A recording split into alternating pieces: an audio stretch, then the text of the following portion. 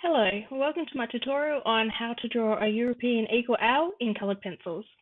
Now this is one that I did quite a long time ago, but I've had quite a few requests to see how to draw the owl, so I've got the old video out and I'm doing it as a tutorial.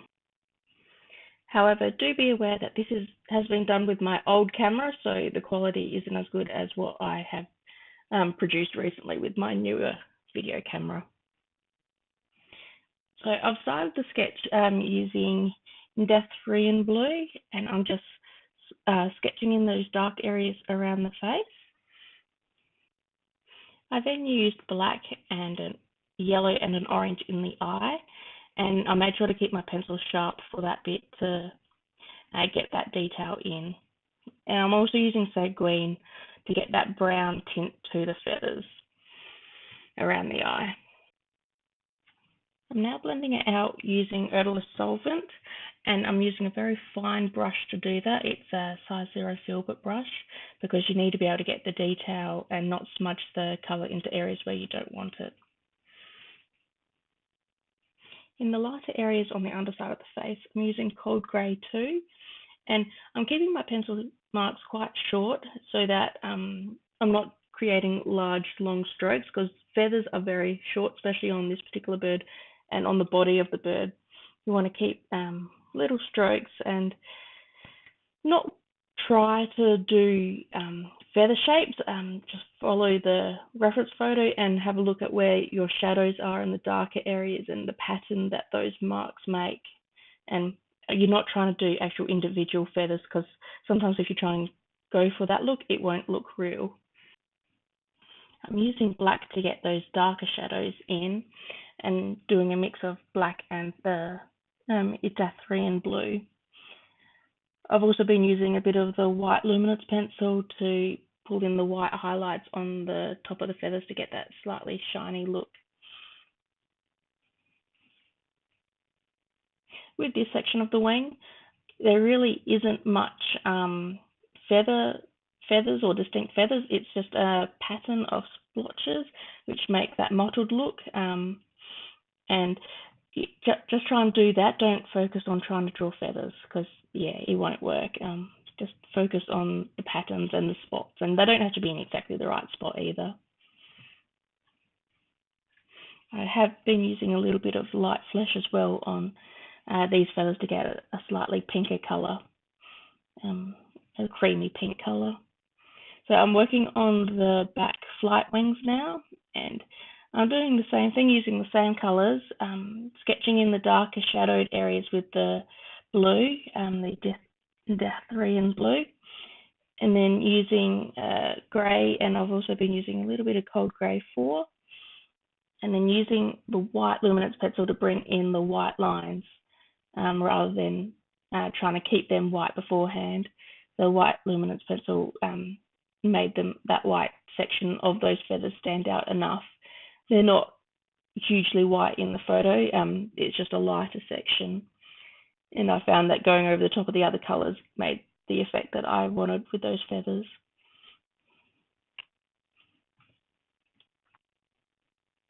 I'm using a slightly larger brush to blend out now rather than the size 0. I'm using a size 4.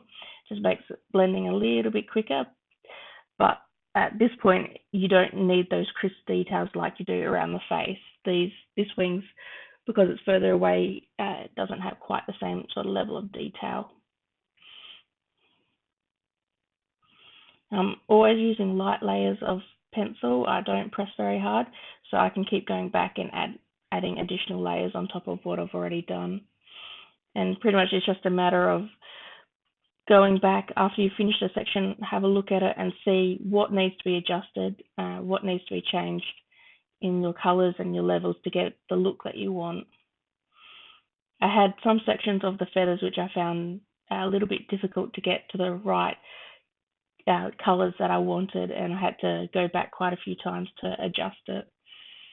And that's just a matter of having a step back, having a look, seeing what needs to change, and keep trying with it. I found with this particular section of the wing, I kept getting lost as with the reference photo as to what I was actually drawing. There's lots of splotches, there's lots of spots and lines, which didn't really make much sense when you're just trying to draw them.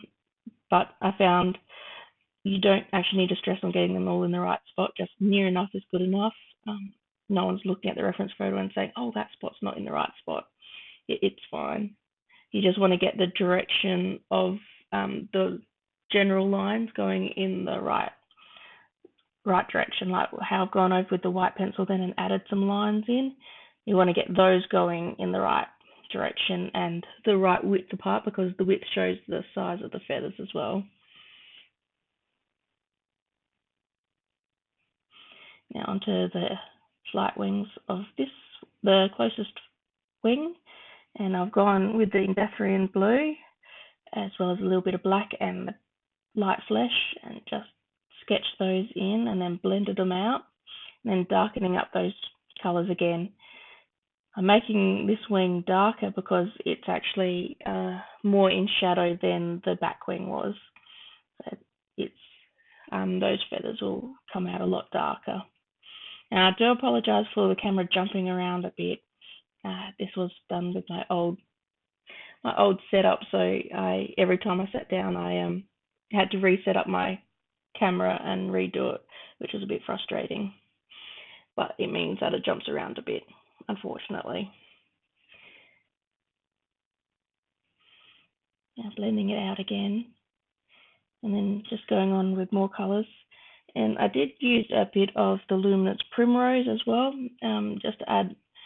I find that sometimes white is too white, and if you want a slightly warm tint to it, the Primrose is really good. It's like a cream, yellowy cream, and it works really well in some spots where you want just a slightly warm tint to a highlight.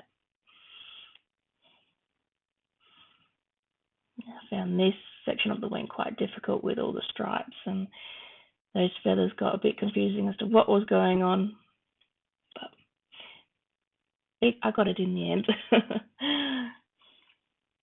Now onto the body of the bird, and I'm just sketching in with the blue and the cold grey 4, and now with black as well, just getting those lines. And with the black, you see I've got a lot of little dashes. A lot of that blended out then when I went over with the blender, but when you look at it in person, you can see all that texture coming up, even though it's harder to see on this video. All that texture shows when you see it in person, even though sometimes you blend it and it looks like you've lost all the detail you did. It's still there. You can still see it in person. And just continuing on with the tail feathers and the feet. And there you go. I hope you've enjoyed this tutorial on how to draw European eagle owl using coloured pencils, and I'll see you next time. Bye for now.